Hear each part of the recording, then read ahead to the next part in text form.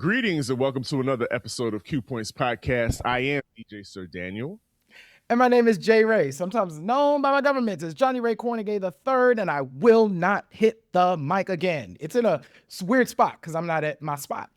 You are not in your usual spot, but that's okay because we are a fully mobile and fully functioning podcast no matter where we go in this world. As a matter of fact, that lets you know that you can invite Q Points anywhere in the world to do our podcast and talk to whoever we need to talk to. But Jay Ray, it's March, and that means it's International Women's History Month. And, here at Q Points, we are squarely in support of the ladies and women that have truly laid down a path and a foundation for what it means to be a woman, specifically a Black woman in music. Mm-hmm. And today we're going to talk about Black women in hip hop specifically. Yes. One of the things that I think we don't say enough is I think we treat women in hip hop as like ancillary to men or somehow behind men. And we recognized this when we went to see the exhibit as they were getting ready to open the Hip Hop Museum in New York in the Bronx.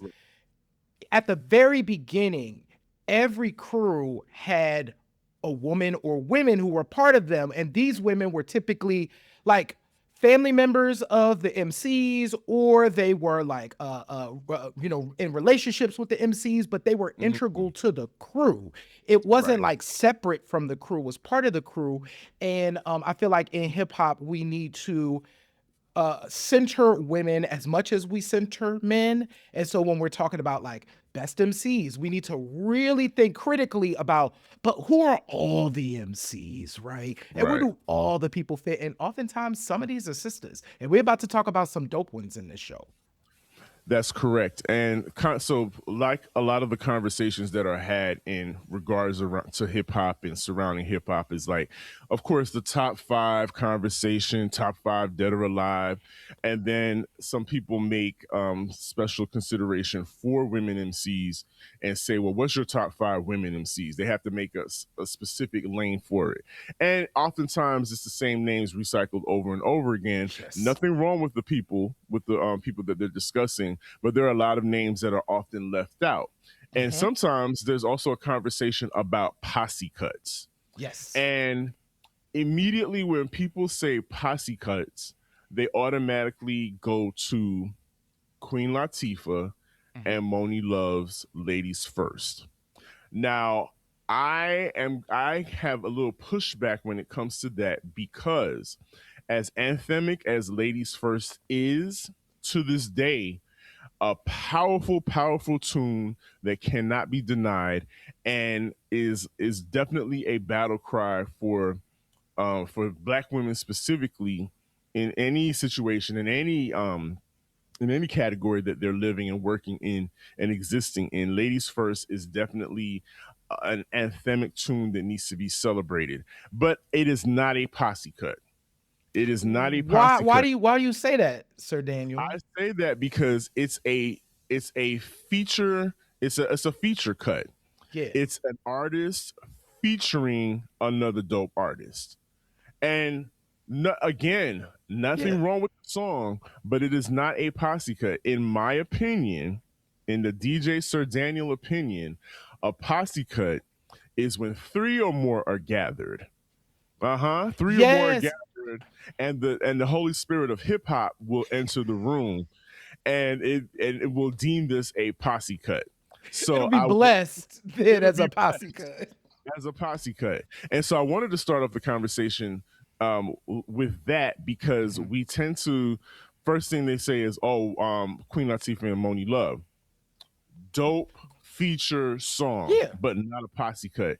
And what we are about to discuss is some posse cuts there's some that are highly celebrated and others that are not celebrated enough.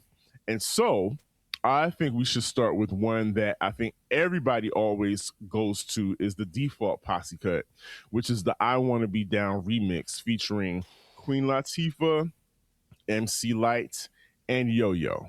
Yes.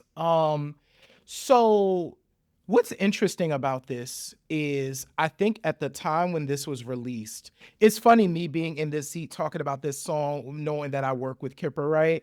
Kipper But Jones. I'm going to talk about it from the fans' perspective.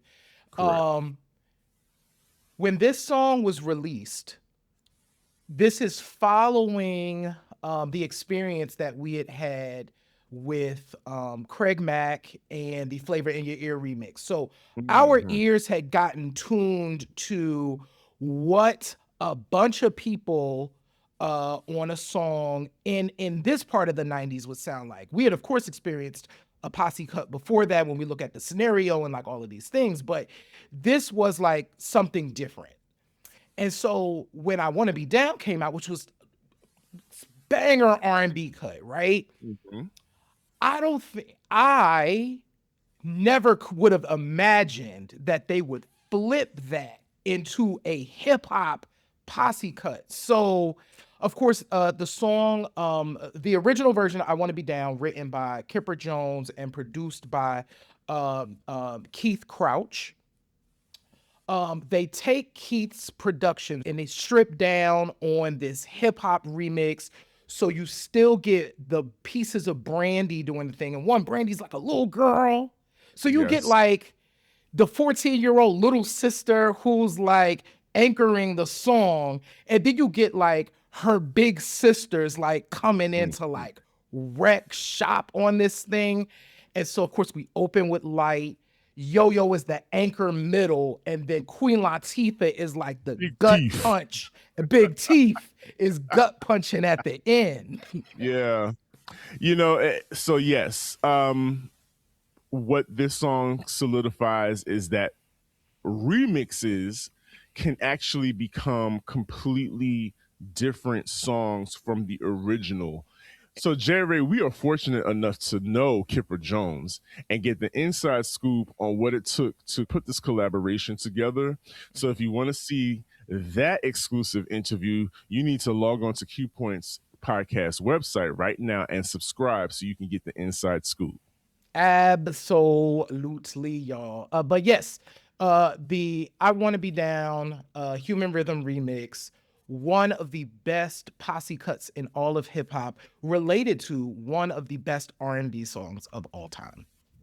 So you know what? Since we're in this lane, we got to follow up with another hip hop remix to an already popular, um, a popular R&B song Mhm. by bad boy recording artist Total, who had hit the scene and was already smashing it with their "Can't You See" Mhm. song, which was all over the place. But then they followed up with "No One," which features the BDP sample of the South Bronx, Yep. and originally had a feature of the Brat. Yep. Well, he who shall not be named was was brilliant at putting to. We can't Yes. take away the fact that he was brilliant at producing and A&Ring projects, and he thought it would be a good idea to take three of the dopest female MCs at the moment and put them on the remix. So we got to give props to the No One Else remix featuring Da Brat, Foxy Brown, and Little Kim. Yes, kids, I said Foxy Brown and Little Kim.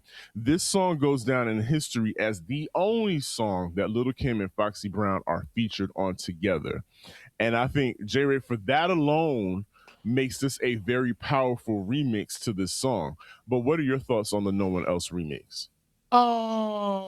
One of the hardest remixes in hip hop and R&B history.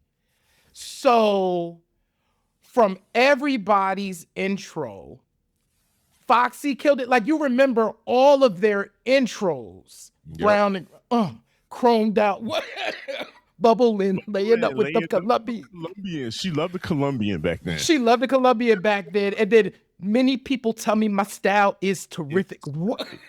stupendous, tremendous.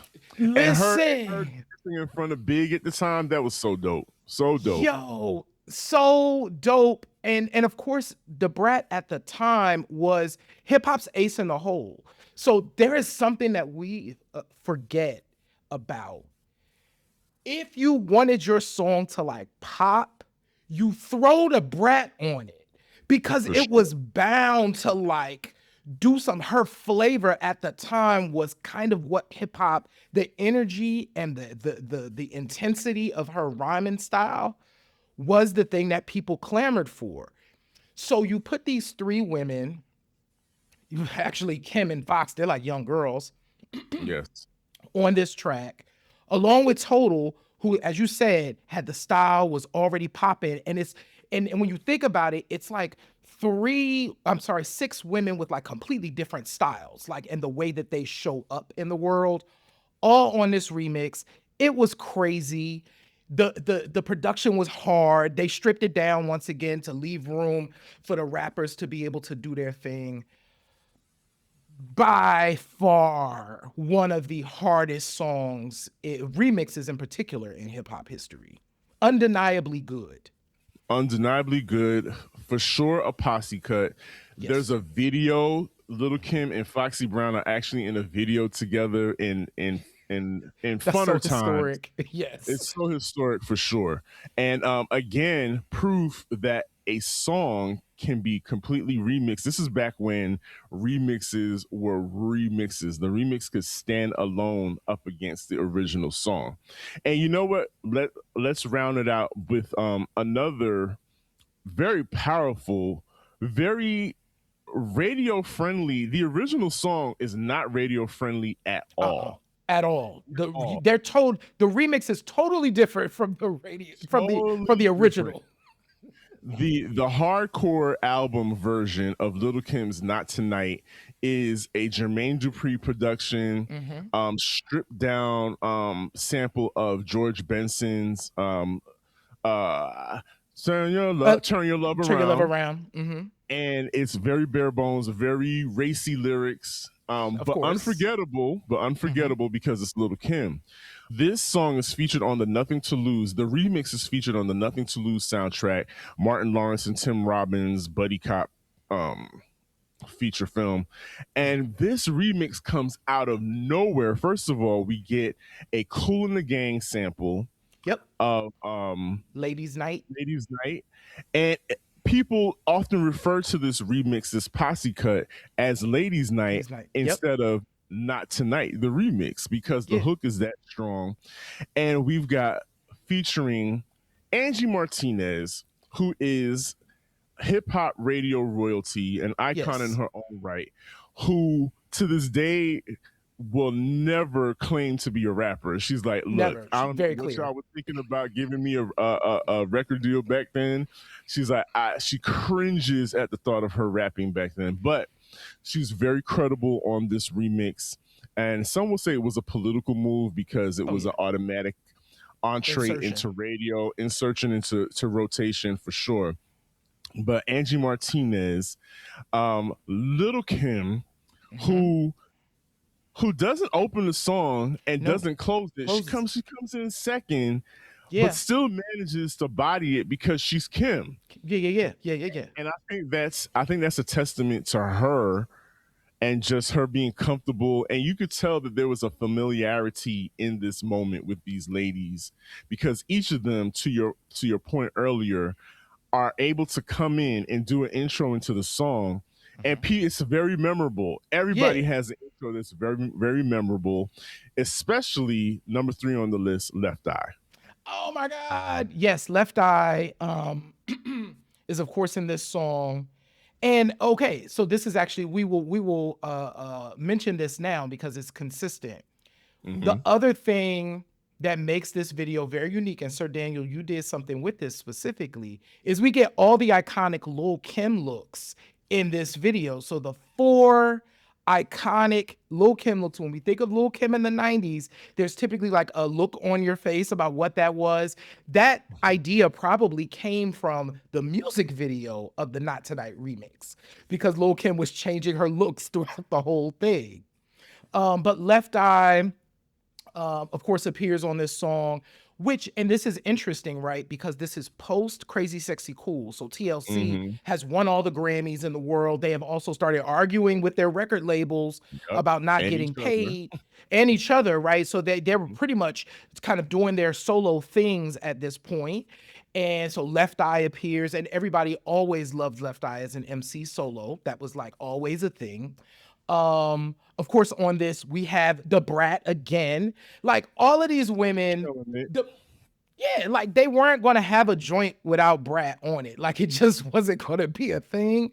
So Brat again, and then iconic Missy Elliott, who didn't produce this. This was produced by Ringo. Rashad Mm-hmm. Smith produced this, and I think there was Tumbling one. dice. Yeah, Tumbling Dice did this joint, and so Missy Elliott is on here at the end as well. So you have 5 women on this song. Is that 5? Angie, Left Eye, Kim, Kim, Brat, Brad, Missy. Angie, and Missy. So you have 5 women on this joint, and each of them carry. And literally, the song exists in a world of its own. It is often not affiliated, to your earlier point, Sir Daniel, with the original. It's an entity unto itself. And it became a huge hit for Lil Kim. A huge radio hit, which I think which makes people forget that it is in fact a posse cut. Yes. They are literally passing the mic to each other on this song. Yeah, and the video must be mentioned because the video, like I said, this makes the song even more fun because we see these ladies in a fun environment and a luau kind of environment. It's chock full of cameos. Mary J. Yes. Blige, Queen Latifah, Yep. Changing Faces, the other ladies from Escape. I believe that Tion and Shirley make a I think cameo so. in this video, and so it's a lot of the ladies from Atlantic Records and all the affiliated records. Foxy Brown's nowhere to be found, but it's Well, we still, had moved on. We had you know moved to a why. different phase by then. You know why, but yes, that qualifies not tonight to be in the list of standout posse cuts featuring only women MCs, and so I think so. These are all huge success records.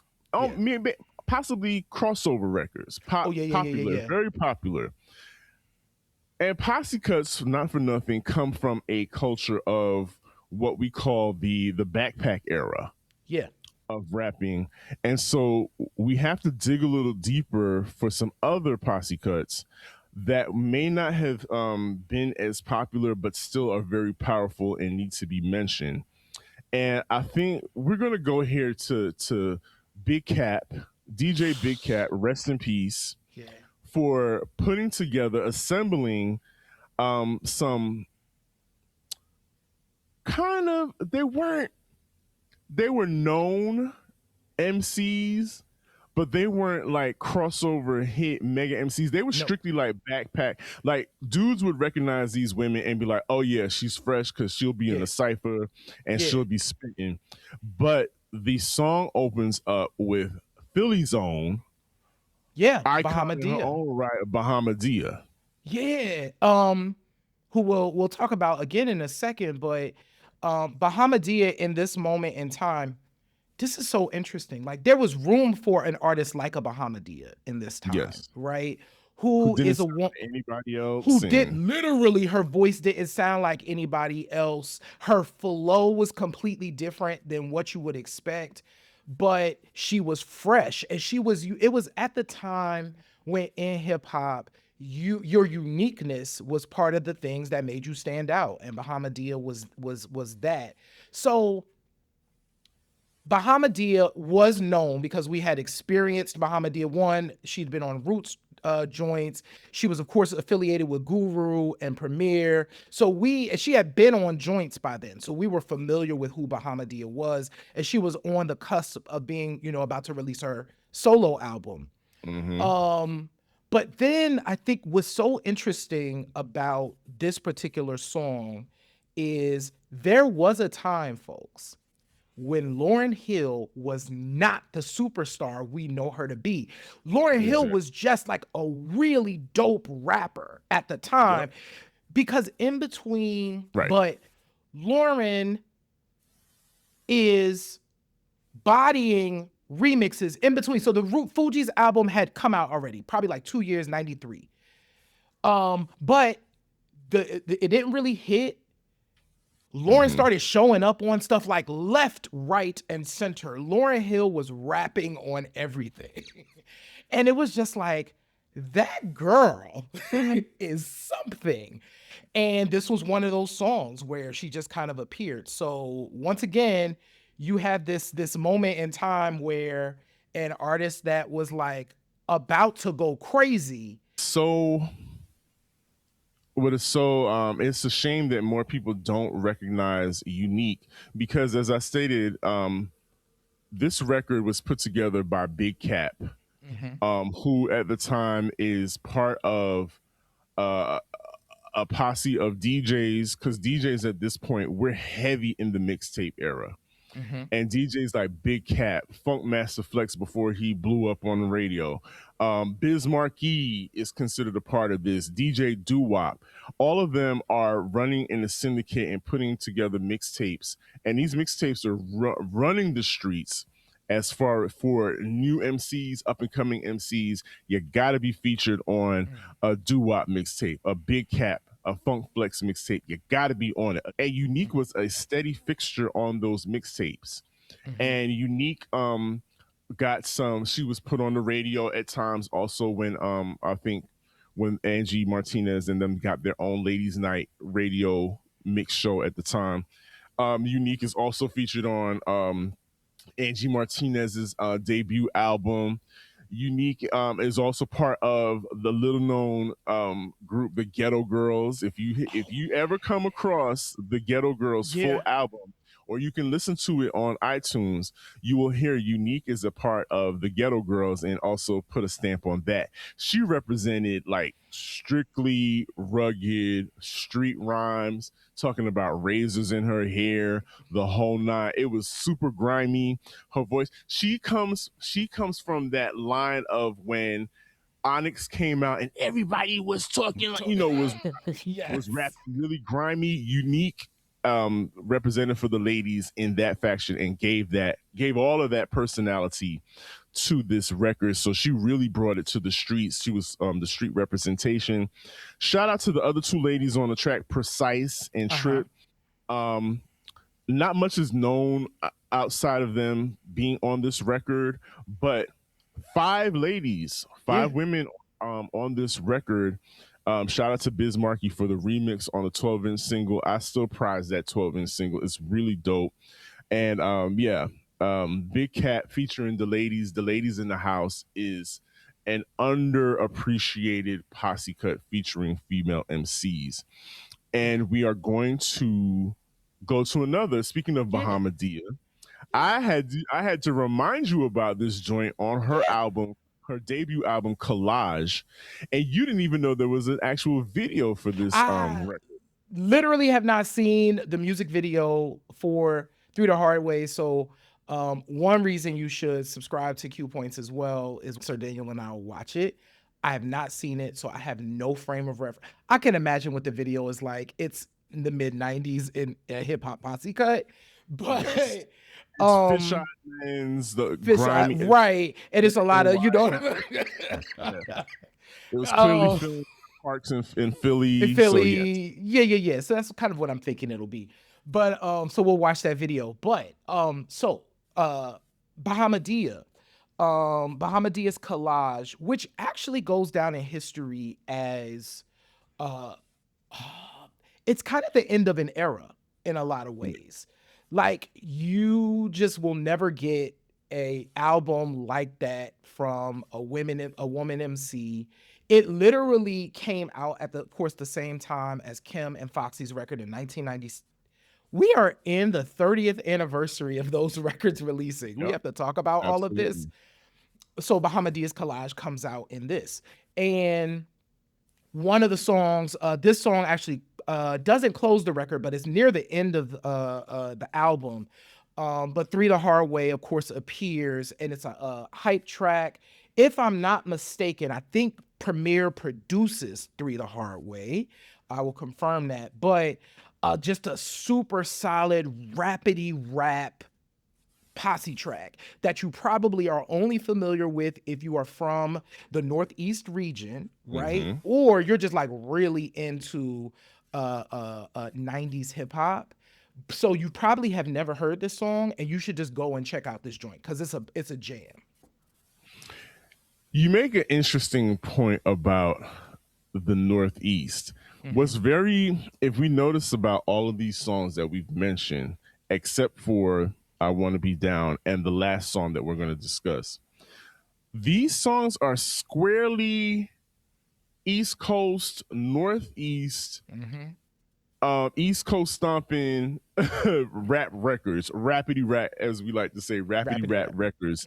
Um, Even though the Brat is from Chicago, Chicago. Mm-hmm. we gotta give homage to that. But there was a, like you said, this is a very a very important part of time where even if you were not even striving for pop success, and if you were striving for pop success, there's something very important about staying true to, is this rap that I'm spitting going to be dope and heralded as a lyricist lyric type of Yeah. song? Yeah. Are the people in the cipher going to rock with this rhyme? Are Yes. people going to be like, oh yeah, she's fresh, she's nice? You still had to keep that in consideration, even if you were rapping over "Cool in the Gang" is Ladies' Night, and which is Yes. squarely a pop record. But that was something very specific to Posse Cuts in the late '90s, moving forward. That I think maybe part of the reason why, and we should probably discuss this Mm. at the end, why Posse Cuts have kind of fallen off and nobody does Posse Cuts anymore. Oh, I have a controversial reason for that. But before we go to our final track, I do want to mention that. So for Three the Hard Way, of course, it's on Bahamadia's album. So Bahamadia Yes, um, uh, opens the song, I think, she does, and closes it. and closes it. So and then we have K Swift and Mecca Starr are both on Three the Hard Way. Super dope track. Go and listen to it. It's very, very Philly sounding. Very, in my opinion, Mecca Star eats it up. Mecca Star kind of chews up everybody else on the record, but that's just my opinion. And the last song that we're going to discuss has a really unique history. And so Mm-hmm. we'll talk about this particular song in a second. But one of the things that happens in 1993 and 1994, post TLC's first record, Dallas Austin formed some record labels in Atlanta. So Mm-hmm. there's actually two of them. There's Limp Rowdy. Records and Rowdy Records. And they're both Dallas Austin records. They kind of do different things, right? So Rowdy has Monica and it has some other joints over there, but Limp is kind of the alternative label. Um, and that alternative label, quote unquote, signs an artist named Joy, who's literally the princess of the South. Like, Joy is the member of the Dungeon family that's kind of like queen of all things, right? Tennessee And Slim, shout out. Tennessee Slim, shout out, like for real. So no shade. So many artists that we love literally are doing what Joy was doing in like 1993. Gap Joy was in Absolutely. Gap ads with the blonde, short hair. Joy was wearing that see-through top to award shows, singing her face off. Like she was that groundbreaking. So she releases an album in that period of the Pendulum Vibe, which includes a song that she wrote called Freedom. Mm. Well, that song gets, because Dallas Austin is producing for the soundtrack, the Panther soundtrack, not Black Panther, Panther, which I think is directed by Mario Van Peebles, if I'm Peoples. remembering Mm-hmm. correctly. And he pulls that Joy track. So Joy is actually on the song. So you get to see Joy in the video. But that song transforms into an R&B posse cut, but there's something unique about this, Sir Daniel, that you reminded me about with this song specifically. So just real. So let's talk about Freedom as the posse cut. So Freedom, as you said, turns into an R&B posse cut. Yeah, And when I tell you it's the everybody's on it. video, I still see the video to this day. It's black and white. It's a Hmm. tight close up on Coco from SWV, and SWV is in the video. Each and every R&B, black R&B female soloist and group is featured in this video. If Yes. you were on a, even the ones that were on the come up were featured in this video. Vanessa Williams, Mm. SWV, Changing Your Faces. faces. I Aaliyah, mean, I think was theirs. Aaliyah, Mhm. TLC, every and anybody you can think of is featured in this video. And so the video comes out, the song comes out, and we're like, oh, this is cool, this is fly, let's go see Panther. But we're not done. In the words, the famous words of KRS-One, we're not We're not done. done. We're not done yet. They flip this Yeah. song, this squarely R&B song, into a rap posse cut. And it starts off, the funny thing about this is it's all this rappers, but the song is anchored by Patra. Yeah. Patra, who is literally the queen of dancehall music, where Yeah. dancehall has had its own come up in the early 90s and is now mainstream.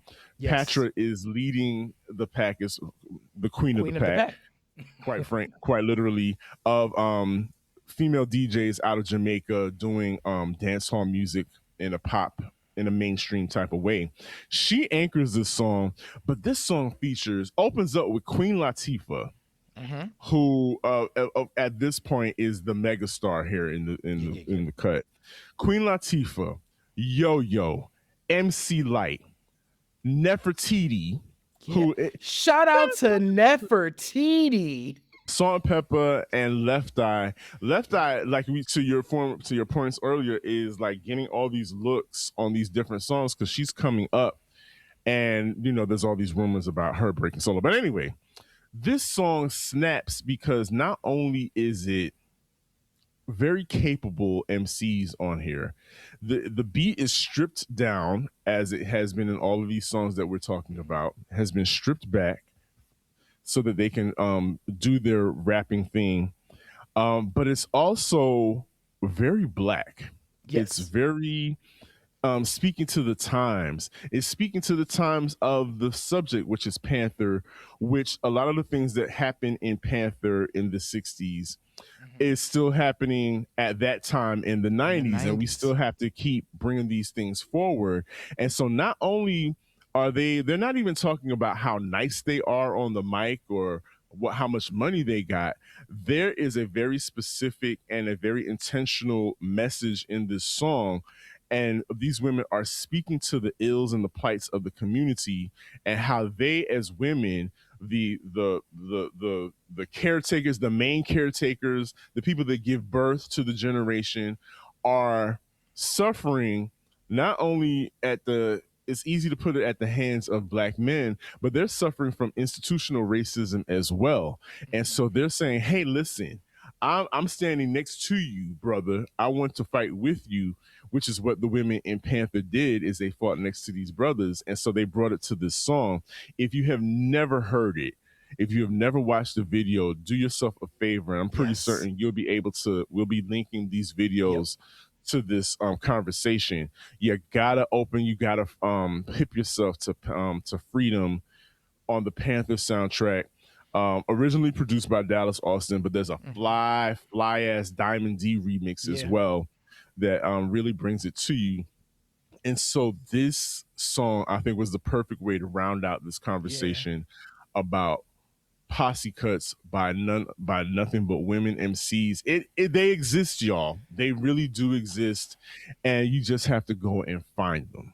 Yeah, and I think not only do these songs exist, we've talked about this before on the show, but I think one of the things that this underscores specifically is that women in hip hop have a history of, when they get together, it's uplifting, right? They are really trying to send a message to society, to the Black community, that, to your point, you mentioned like that caretaking, right? To the Mm-hmm. community that they're caretaking for, to the men that they're often in relationship with that are also like struggling. But also recognizing that, like, yo, I'm with my sis and we're about to like body this thing together. Like, there is this beautiful ability to embody the hard and soft that I've always found in women MCs that's completely unique. Men typically have to do one thing, whereas the women can be like, I can walk this line a little bit. I can be a little bit of this and a little bit of that. And all of these posse cuts, I think, show that, where you get all of these different vibes. But to your point, at this point in time, and this is a very specific point in time, these women had to show up and prove, because you had to rap then. Before we get out of here, Sir Daniel, I do want to ask a question. You mentioned this earlier that we were going to talk about this. Why do you think this doesn't happen today from your perspective? Why don't we have more women posse cuts, or just posse cuts in general? Because quite frankly, you Yeah. either in the crew or we're not doing it together. We do see a little bit of it, but not Yeah. really. Yeah. It's there are multiple factors as to why these things don't happen anymore. Specifically with women, there's always been, for whatever reason, this weird fear, especially from the industry standpoint. This has been weird fear of having the women play with each other on the same track, or just in general. They typically kept, especially in hip hop, if you listen to interviews, a lot of the women will tell you they kept the women separated. They Mm-hmm. kept them separated on tours. They kept them away from each other. They kept them. It's so weird when you think about it. Like, they'll talk about being sequestered to their tour buses and their Yeah. hotel rooms, and not being able to socialize with each other, except when, I think it might have been Queen Latifah was like, nah, I'm, me and Monie are hanging Yeah. out, and then, they hang out with other people on tours, Mm-hmm. and they get to know Salt and Pepper. Salt and Pepper talk about this a lot, how they felt alienated, how they felt like nobody liked them. Yeah. And that was by design, to, for whatever weird reason, the industry wanted to do that. And then now, when we fast forward to today, the systematic racism is everywhere. Systematic racism is in our music. It's in the boardrooms. It's in the corporations that have taken over hip hop, Mm-hmm. that really don't want any kind of unity, or anything that would cause you to think, or to have any kind of thoughts, Mm-hmm. period, that could be deemed as something that will spark a revolution, a personal revolution, and a revolution amongst Black people specifically. So there are reasons why you don't hear that anymore. There's a reason why Meg Thee Stallion and Nicki Minaj were on a song together, but a couple months down the line they're beefing. They're That's beefing. on purpose. That's Yeah. done on purpose. That's why you'll only hear Glorilla and a Cardi, Glorilla and a Meg. They'll never have it, or Meg and Cardi. They'll never have more than two on a song. It's a feature. It's all about money, and so if it's not economically going to make money for them, nobody has interest in putting together posse cuts. So or anything that symbolizes unity within the hip hop community. It's so interesting, because I really do think a lot of this, to your point, it does come down to like money. For Now, sure. I don't know this to be true. Somebody has probably talked about this, but I always got the sense, especially in the 90s, right? People was always jumping on somebody's joint. A Yes. lot of them folks ain't had, there wasn't a budget for you to be like, oh, I'ma pay Brat, you know what I'm saying, to be on the song, unless you had the budget like that. But sometimes it's like, no, you're my girl. Like, I'm gonna hop on the song. I'm gonna get my writing credit. It's all good. We just about to do this thing, right? I do wonder. Go ahead. No, I go no. Finish your thought, because I can't believe we almost forgot this. But go ahead, finish your Okay, thought. cool, cool, cool. I'm gonna write it down. Um, I think so much of the issue comes down to just like plain economics of just like I can't afford to pay so and so to be on the song because they this big and they cost this much.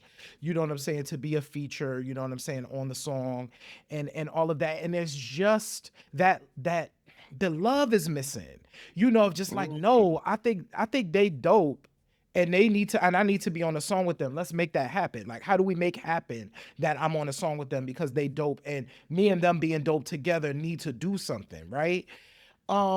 So my hope is that in this new in the era that we're marching into, that just that love and that respect comes back for somebody else's craft.